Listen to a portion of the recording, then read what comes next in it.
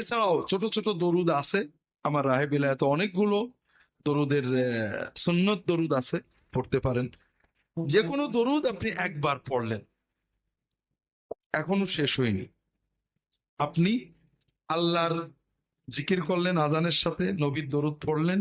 রাসূলুল্লাহ সাল্লাল্লাহু আলাইহি ওয়াসাল্লাম বলছেন, তুম্মা সাল্লু আলাইয়া, তোমরা আমার উপরে আজানের পরে দরুদ পড়বে।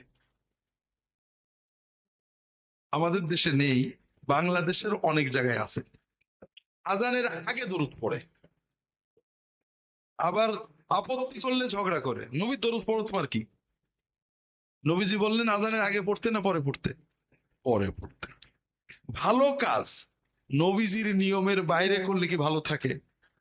আপনি নামাজ শুরু করেন না, বিসমিল্লাহ বলা ভালো কাজ না খারাপ কাজ? বিসমিল্লাহ আল্লাহু আকবার করবেন,